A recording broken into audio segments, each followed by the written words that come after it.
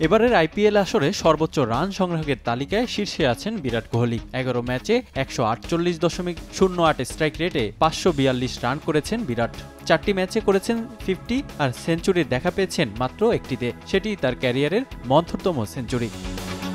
টুর্নামেন্টে শীর্ষে থেকেও সম্প্রতি কম স্ট্রাইক রেটের কারণে সমালোচিত হচ্ছেন বিরাট কোহলি। গুজরাট টাইটান্সের বিপক্ষে ৪৪ বলে ৭০ রান করে নেটিজেনদের প্রতি ক্ষোভ প্রকাশ করেন তিনি। সেখানে ধারাভাষ্যকারদের দিকেও ইঙ্গিত করেন এই ব্যাটার।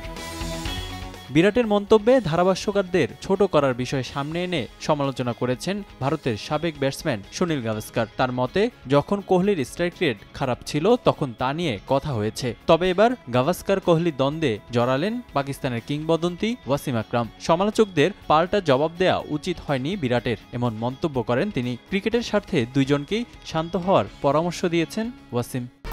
১, ২, ৩ ঢাকায় জমি জিতে নিন ১০০% ক্যাশব্যাক সহ ২০ কোটি টাকার পুরস্কার।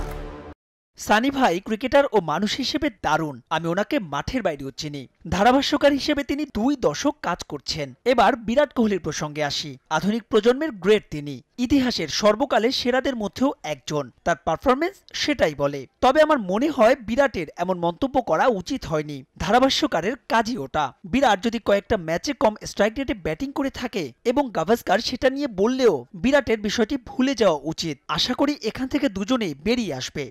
টি-টোয়েন্টিতে এখন পর্যন্ত ১০৯ ইনিংস খেলে ৫১.৭৫ স্ট্রাইক রেটে ৪০৩৭ রান করেছেন বিরাট। গড় রান ৫০-এর বেশি আর ক্যারিয়ারের সর্বোচ্চ ১২২ রান। রিফাতুল ইসলাম মিরন, সময় সংবাদ।